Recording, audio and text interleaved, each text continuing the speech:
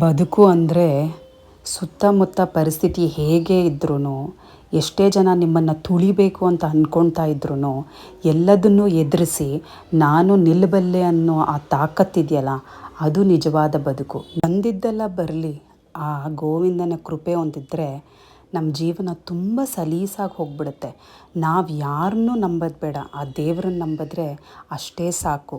ನಿಮ್ಮನ್ನು ಕುಗ್ಗಿಸ್ಬೇಕು ಅಂತ ಅಂದ್ಕೊಳ್ಳೋರು ತುಂಬ ಜನ ಇರ್ತಾರೆ.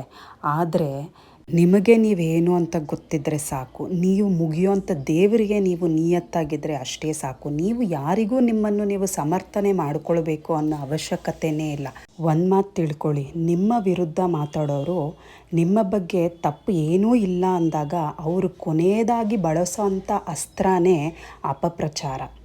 ಅಪಪ್ರಚಾರ ಯಾಕೆ ಮಾಡ್ತಾರೆ ಅಂದರೆ, ನಿಮ್ಮ ಹತ್ರ ಏನೂ ಇಲ್ವಲ್ಲ ತಪ್ಪು ಅಂತ ಹೇಳೋದಕ್ಕೆ. ಹಾಗಾಗಿ ನಿಮ್ಮ ಮೇಲೆ ಅಪಪ್ರಚಾರ ಮಾಡ್ತಾರೆ. ಅದಕ್ಕೆಲ್ಲ ನೀವು ಎಲ್ಲರಿಗೂ ಹೋಗ್ಬಿಟ್ಟು ನಾನು ತುಂಬ ಒಳ್ಳೆಯವಳು ಅಂತ ಸಮರ್ಥನೆ ಮಾಡ್ಕೊಳ್ಳೋದು ಬೇಕಾಗಿಲ್ಲ. ಮೌನವಾಗಿದ್ದುಬಿಡಿ. ಕಾಲಾಯ ತಸ್ಮೈ ನಮಃ. ಕಾಲನೇ ಎಲ್ಲದಕ್ಕೂ ಒಳ್ಳೆ ಉತ್ತರ ಕೊಡುತ್ತೆ.